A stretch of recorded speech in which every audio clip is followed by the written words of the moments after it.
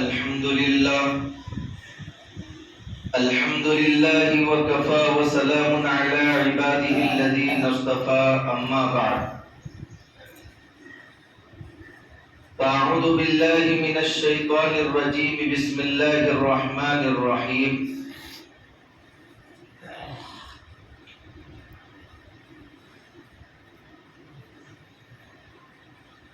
ولا تهنوا ولا تحزنوا وأنتم الأعلون إن كنتم مؤمنين۔ میرے بھائیوں، بزرگوں اور دوستوں، اللہ تبارک و تعالیٰ کا بہت بڑا احسان و کرم ہے کہ اللہ رب العزت نے ہم تمام کو آج کا یہ مبارک دن عطا فرمایا ہے۔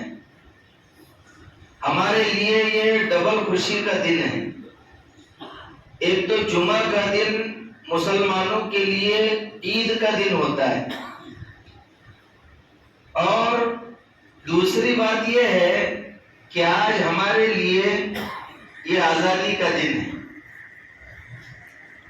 یوم آزادی آیا لے کر نئی بہاریں، یوم آزادی آیا لے کر نئی بہاریں، ہر سمت لہراتی ہے خوشبو بھری فواریں۔ جیسے ہی یہ دو دن آتے ہیں، 15 اگست اور 26 جنوری، تو یہ ہمارے لیے مسرت اور شادمانی کا پیغام لے کر کے آتے ہیں۔ اللہ تبارک و تعالیٰ نے ہر چیز کو آزاد پیدا کیا ہے۔ کسی کو قید میں رکھنا یہ سراسر ظلم اور ناانصافی ہے۔ اللہ تبارک و تعالیٰ نے انسان کو بھی یہ آزاد پیدا کیا ہے، لیکن ہمارا یہ ملک، ہمارا یہ چمن، ہمارا یہ وطن، اس کو 16ویں صدی کے اندر دشمن کی نظر لگ گئی تھی۔ انگریز یہ اسلام کا، مسلمانوں کا یہ کھلا ہوا دشمن ہے۔ انہوں نے پہلے سے دیکھ لیا تھا، سلطان صلاح الدین ایوبی، نور الدین زنگی، یہ جتنے بھی پہلے گزرے ہیں، تو عیسائیوں کو پہلے سے مسلمانوں سے دشمنی تھی۔ تو اس کی بری نظر ہندوستان کے اندر تجارت کے نام پر، بزنس کے نام پر، سب سے پہلے 16ویں صدی کے اندر انگریز نے ہندوستان کے اندر اپنا ناپاک قدم رکھا۔ ہندوستان میں ہندو، مسلمان، سکھ، عیسائی سب پیار و محبت کے ساتھ اس ملک کے اندر رہتے تھے، اور آج بھی رہتے ہیں۔ ہندوستان میں انگریز نے اپنے ناپاک قدم ڈالے اور تجارت کے نام پر ہندوستان کے اندر قدم رکھا۔ ایسٹ انڈیا کمپنی کے نام سے اس نے اپنا کاروبار شروع کیا۔ یہاں پر آنے کے بعد مسلمانوں کے اوپر، یہاں کے رہنے والوں پر ظلم و ستم کے پہاڑ توڑے۔ آج ہم سمجھتے ہیں آزادی کی ہم کو کوئی خوشی نہیں، ہم سمجھتے ہیں کہ ہمارا کوئی کردار نہیں ہے، یہ ہماری بھول ہے۔ ہم اپنے ہمت کو، اپنے حوصلوں کو پست نہ کریں، بلکہ سب سے زیادہ قربانی ہمارے اکابرین نے، ہمارے بزرگوں نے سب سے زیادہ قربانی اس ملک کو آزاد کرانے کے لیے دی۔ 1947 میں تو ملک آزاد ہوا، لیکن اس سے پہلے کتنی قربانیاں ہیں، ہمارے بزرگوں نے کتنی قربانیاں دی ہیں۔ 1857 سے سلسلہ شروع نہیں ہوا، بلکہ اس سے پہلے ایک صدی پہلے 1757 میں سب سے پہلے پلاسی کی جنگ سراج الدولہ نے لڑی. سب سے پہلے پلاسی کی جنگ سراج الدولہ نے لڑی ہے، لیکن اپنوں کی غداری. تو سن 1757 میں سراج الدولہ نے بنگال کے اندر جنگ لڑی ہے. انگریزوں کے سامنے اپنے سر کو نہیں جھکایا بلکہ لڑتے رہے. سب سے پہلے انہوں نے یہ جنگ لڑی ہے، شہید ہو گئے. پھر یہ سلسلہ چلتا رہا. مختصراً میں آپ کو بتلا رہا ہوں، ورنہ کتابیں بھری پڑی ہیں کیسی قربانیاں ہمارے اکابرین نے دی ہے. پھر اس کے بعد حیدر علی اور ان کے ہونہار فرزند حضرت ٹیپو سلطان رحمت اللہ علیہ، کون نہیں جانتا، بلکہ گاندھی جی نے تو یہاں تک لکھا ہے کہ ٹیپو سلطان یہ ہندو مسلمان اتحاد کی ایک مثال تھے. سب کے ساتھ میں انہوں نے رواداری کو قائم رکھا، سب کے ساتھ میں پیار و محبت کے ساتھ میں رہے. اور سب سے پہلے میزائل مین، سب سے پہلے راکٹ بنانے والے، کسی کے ذہن میں بھی نہیں تھا کہ اس کی ضرورت ہے. سب سے پہلے حضرت ٹیپو سلطان رحمت اللہ علیہ نے میزائل بنایا تھا. لیکن ان کی قربانیوں کو بھلا دیا گیا. چند ناموں کے علاوہ کچھ نام 15 اگست میں اور 26 جنوری میں چند نام ہمارے سامنے آتے ہیں، اور ہم تو خود اپنی تاریخ بھلا بیٹھے ہیں، ہم کو بھی کچھ معلوم نہیں ہے، ہم بھی اسی پر یقین کر لیتے ہیں. حضرت ٹیپو سلطان رحمت اللہ علیہ چھوٹی سی ریاست بنائی تھی. انگریزوں کو ڈر محسوس ہوا کہ کہیں حیدر علی اور ان کے ہونہار فرزند ہم کو نقصان نہ پہنچائے، تو انہوں نے حضرت کے خلاف اپنوں کو کھڑا کر دیا اور انہوں نے میر صادق وغیرہ نے غداری کی اور انگریزوں کی مخبری کی. حضرت کھانا کھا رہے تھے کہ انگریزی فوج نے حملہ کر دیا. انہوں نے کھانا رکھا، اگر وہ چاہتے تو وہاں سے نکل سکتے تھے، بھاگ سکتے تھے، لیکن انہوں نے پیغام دے دیا جان جاتی ہے تو چلی جائے، لیکن ملک کی حفاظت کرنا ہماری اہم ذمہ داری ہے. تو حضرت ٹیپو سلطان رحمت اللہ علیہ ویسے ہی تلوار لے کر کے کھڑے ہو گئے اور ایک جملہ انہوں نے کہا تھا، گیدڑ کی 100 سالہ زندگی سے شیر کی ایک دن کی زندگی بہتر ہے. تو ہم کو بھی ان کے جملے کو یاد رکھنا ہے اور گیدڑوں کی طرح زندگی نہیں گزارنا ہے، شیروں کی طرح زندگی گزارنا ہے. ہم کو اپنے دلوں سے ڈر کو نکالنا ہوگا. آج تو ہم خود بھی ڈر رہے ہیں، بچوں کو بھی ڈرا رہے ہیں، بلکہ ہمارے بزرگوں نے اس ملک کو سب کچھ دیا ہے. یاد کرتا ہے زمانہ ان انسانوں کو روک دیتے ہیں جو بڑھتے ہوئے طوفانوں کو. ہمارے اکابرین تو وہ تنکے کی طرح کھڑے نہیں رہتے تھے، بلکہ وہ تو چٹان کی طرح کھڑے رہ جاتے تھے، دشمن کے سامنے چٹان کی طرح کھڑے رہتے تھے. ارے حب الوطنی کی کوئی دلیل دینے کی ہم کو ضرورت نہیں ہے. اگر تم کو پوچھنا ہے شاملی کے میدان سے جا کر کے پوچھو، اگر تم کو پوچھنا ہے جامع مسجد سے جا کر کے پوچھو، اگر تم کو پوچھنا ہے لال قلعے کو دیکھ لو، اگر تم کو پوچھنا ہے تو پوری ہندوستان کی زمین سے جا کر کے پوچھ لو کہ مسلمان کا ہر جگہ خون گرا ہوا ہے. مسلمان نے اس دیش کی آزادی کی خاطر اپنی جان کے نذرانے پیش کیے ہیں، اپنے بچوں کو قربان کیا ہے، اپنے جان کے نذرانے پیش کیے ہیں. میرے بھائیوں اور دوستوں، کم سے کم 2 لاکھ علماء نے، 2 لاکھ مسلمانوں نے اس دیش کی آزادی کی خاطر قربانیاں دی ہے. جتنی بڑی قربانی ہوتی ہے اتنی بڑی اللہ تبارک و تعالیٰ کی طرف سے مہربانی ہوا کرتی ہے۔ 2,00,000 مسلمانوں نے قربانی دی اور اس میں 51,500 علماء کرام تھے۔ کتنے؟ 51,500 علماء کرام تھے۔ تو حضرت ٹیپو سلطان رحمت اللہ علیہ 1799 کے اندر حضرت کا انتقال ہوا، حضرت شہید ہو گئے، لیکن آج ان کو بھی محب وطن نہیں کہا جاتا، نصابوں سے ان کا بھی سلیبس کو نکال دیا جا رہا ہے۔ حالانکہ مسلمانوں نے سب کچھ دیا ہے، مسلمانوں نے اس ملک کو سونے کی چڑیا بنایا ہے۔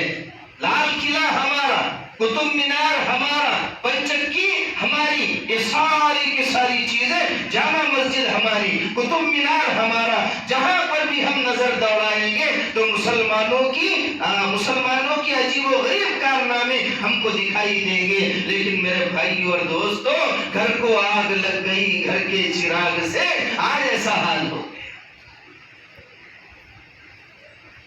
اس کے بعد یہ سلسلہ چلتا رہا، اورنگزیب عالمگیر رحمت اللہ علیہ کا انتقال ہو گیا۔ اس کے بعد سے مسلمانوں پر، ہندوستانیوں پر مظالم کے پہاڑ توڑے جانے لگے۔ شاہ ولی اللہ محدث دہلوی رحمت اللہ علیہ، کون نہیں جانتا شاہ ولی اللہ محدث دہلوی رحمت اللہ علیہ اور ان کے شاگردوں نے، حضرت نے جو ہے اپنے شاگردوں کے ذہنوں کے اندر ملک سے محبت اور ملک کے لیے قربانی ان کو جو ہے اس طریقے سے تیار کیا تھا۔ حضرت کے خود کے لڑکے شاہ عبدالعزیز محدث دہلوی رحمت اللہ علیہ سب سے پہلے انگریزوں کے خلاف جس نے جہاد کا فتویٰ دیا وہ مسلمان تھا۔ سب سے پہلے جس نے جہاد کا فتویٰ دیا وہ شاہ عبدالعزیز محدث دہلوی رحمت اللہ علیہ تھے، جنہوں نے انگریزوں کے خلاف جہاد کا فتویٰ دیا۔ شاہ اسماعیل شہید، شاہ عبدالغنی، شاہ اسماعیل شہید، انہوں نے بھی میدان میں آ کر جو ہے قربانیاں پیش کی ہے۔ میں کتنے نام بتلاؤں؟ شوکت علی ہے، ان کے بھائی ہیں علامہ ضامن شہید رحمت اللہ علیہ ہیں، حضرت جعفر تھانیسری رحمت اللہ علیہ ہیں۔ بالا کوٹ کی جنگ کے اندر انہوں نے اپنے جان کے نذرانے پیش کیے۔ حاجی امداد اللہ مہاجر مکی رحمت اللہ علیہ، مولانا قاسم صاحب نانوتوی، مولانا رشید احمد گنگوہی اور بہت سارے علماء کرام جنہوں نے اپنے جان کے نذرانے پیش کیے۔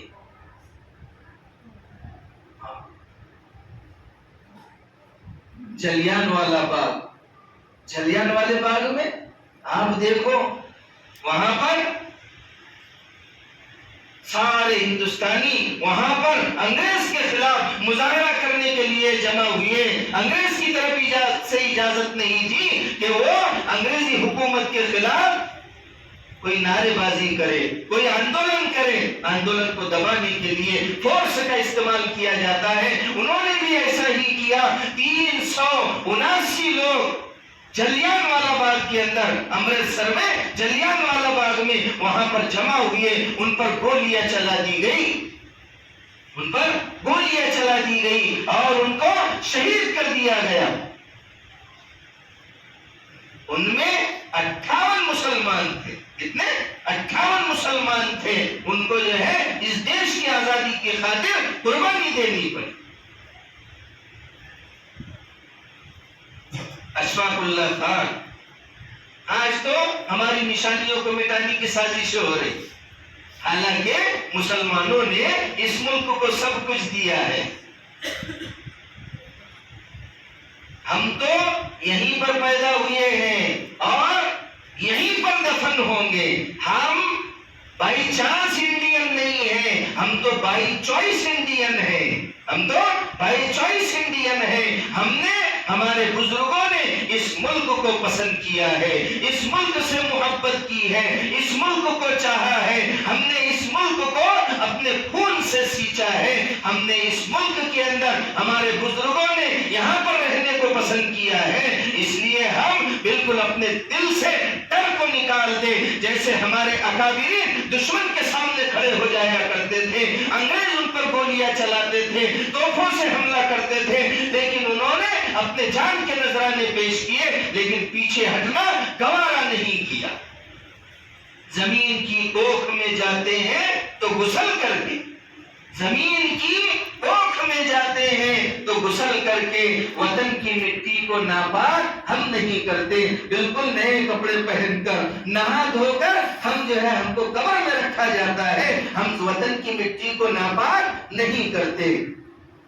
اشفاق اللہ خان ان کو پھانسی ہو گئی, لمبا چوڑا واقعہ ہے. پھانسی کی سزا انگریز کی طرف سے سنائی گئی تو انہوں نے 3 شرطیں رکھی کہ جب مجھے پھانسی دی جائے اور میں شہید ہو جاؤں تو پہلی شرط یہ ہے کہ میرے کفن کے اندر خاک وطن رکھی جائے. کیا نہیں ہے آرزو بس ایک آرزو ہے, نہیں ہے آرزو بس ایک آرزو ہے کہ رکھ دے کوئی خاک وطن کفن میں. اشفاق اللہ خان نے یہ کہا تھا میرے کفن میں خاک وطن رکھ دیں.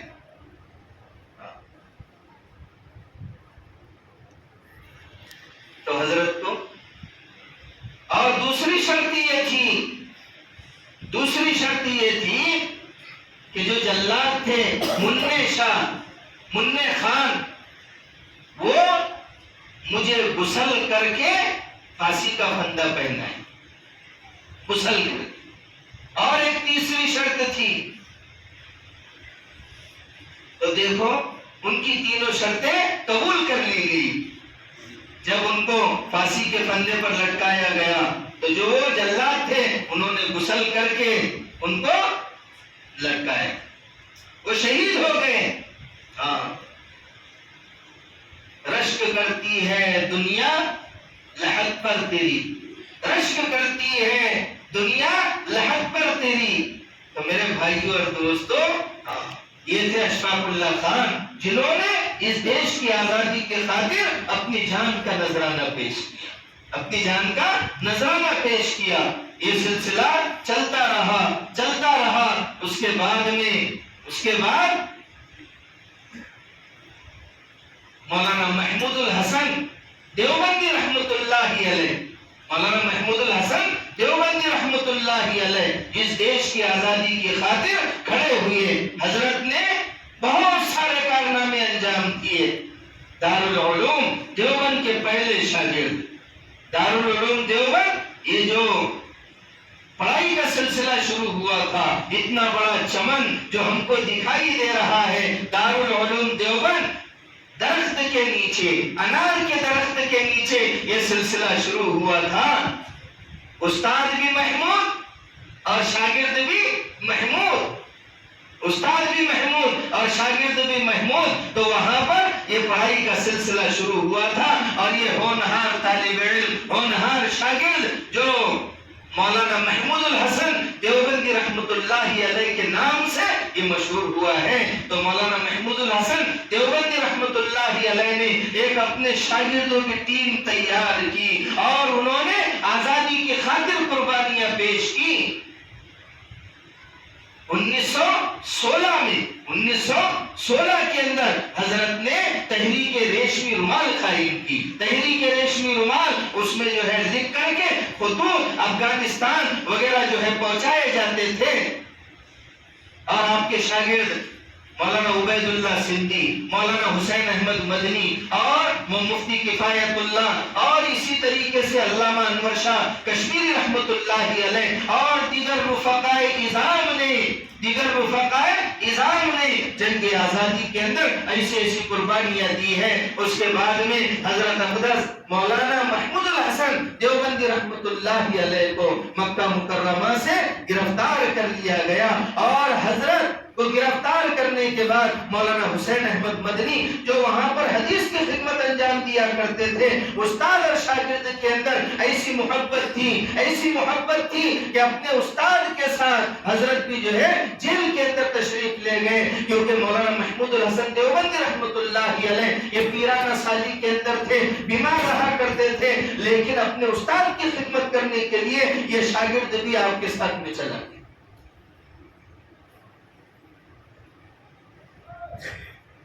مذہب سے نہ تول وطن کی محبت میری، مذہب سے نہ تول وطن کی محبت میری، سجدہ بھی کرتا ہوں تو زمین وطن کی مٹی چوم کر۔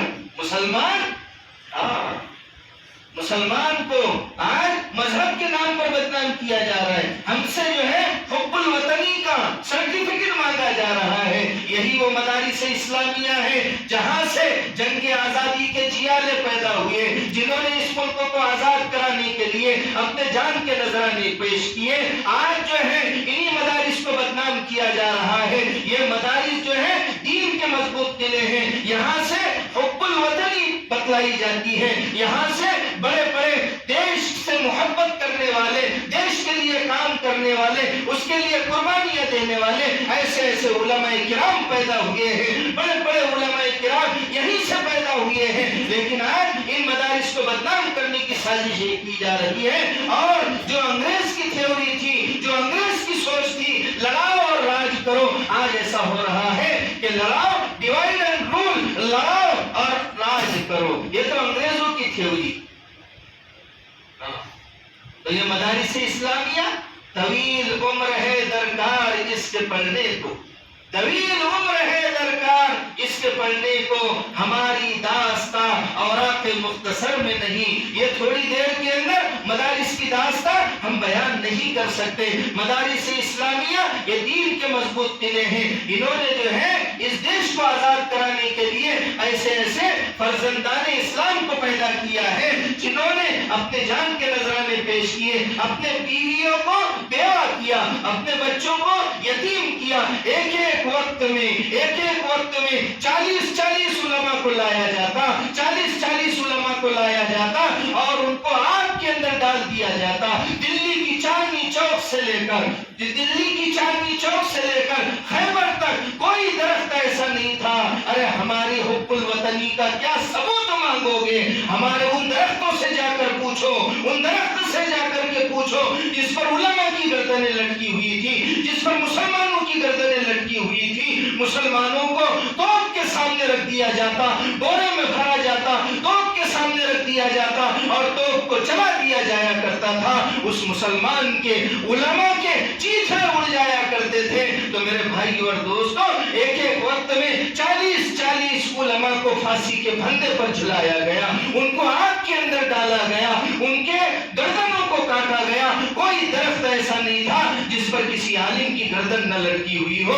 اللہ تبارک و تعالی ہم تمام کو ان علماء کی قدردانی کرنے کی توفیق عطا فرمائے۔ میرے بھائیو اور دوستو، اگر ہم مدارس کا خیال نہیں رکھیں گے، اگر ہم مدارس کا خیال نہیں رکھیں گے، اگر ہم علماء کا خیال نہیں رکھیں گے، اگر ہم اپنی تاریخ نہیں پڑھیں گے، تو میرے بھائیو اور دوستو تاریخ سے ہمارے نام کو مٹا دیا جائے گا۔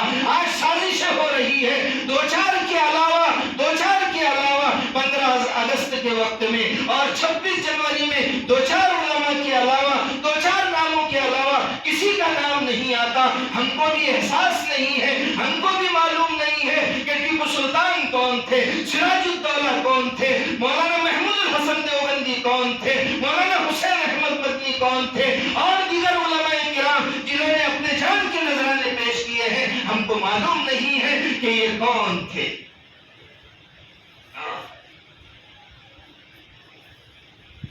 تو ہم کو کیا کرنا ہے؟ اس دیش کے خاطر قربانیاں پیش کرنا ہے۔ تو یہ ایسی ہم کو قربانی نہیں ملی ہے، یہ آزادی ہم کو ایسی نہیں ملی ہے، بلکہ ہمارے بزرگوں نے اس دیش کی آزادی کے خاطر اپنے جان کے نذرانے پیش کیے ہیں۔ تو ہم کو ڈرنے کی ضرورت نہیں، ہم کو گھبرانے کی ضرورت نہیں، بلکہ ہم کو تو کیا ہے، اتحاد کے ساتھ اتفاق کے ساتھ میں رہنا ہے. جیسے مسلمانوں نے قربانی پیش کی ہے ایسے ہی ہمارے ہندو بھائیوں نے بھی قربانی پیش کی ہے. سارے آپس میں 2 صدیوں تک تو اکیلا مسلمان ہی لڑتا رہا، لیکن 1857 کے بعد 1857 کے بعد میں پھر ہمارے یہ بھائی بھی ساتھ میں آئے ہیں اور یہ بھی ہمارے ساتھ میں مل کر کے لڑے ہیں. تو میرے بھائی اور دوستو، ہم کو بھی کیا کرنا ہے؟ آپس میں مل جل کر کے رہنا ہے. آج ہماری ہوا اکھڑ چکی. اللہ نے کیا فرمایا؟ وَلَا تَهِنُوا، ہمت مت ہارو. آج تو ہمت ہی ہار دی. اگر کوئی بیمار ڈاکٹر کا ہو تو ہمت مت ہارنا. کیا بولتا ڈاکٹر؟ آئے گولی دوا لو، ٹینشن مت لو. آج مسلمان نے ہمت ہار دیا. ان کی حکومت ہے، ایسے ہی ہے. سب سے بڑی حکومت اللہ کی حکومت، یہ زبان سے ہمارے نکلنا نہیں چاہیے. سب سے بڑی طاقت اللہ کی طاقت. سپر پاور نہ امریکہ ہے، نہ جاپان ہے، نہ لندن ہے، کوئی نہیں ہے. سپر پاور طاقت اللہ تبارک و تعالی ہے. ارے ایمان والے ہیں، سپر پاور صرف اللہ ہے. کرنے دھرنے والی ذات صرف اللہ کی ذات ہے. اللہ نے فرما دیا ہمت مت ہارو. ہمت کی قیمت ہے ہمت مردہ مدد خدا. اللہ کی مدد آئے گی کب آئے گی؟ اللہ کی مدد آئے گی کب آئے گی؟ جب ہم ہمت پکڑیں گے، اللہ کی رسی کو مضبوطی سے پکڑیں گے، تب اللہ کی مدد آئے گی. میرے بھائیوں اور دوستوں، 313 نے 1000 کو پانی پلا دیا. تو میرے بھائی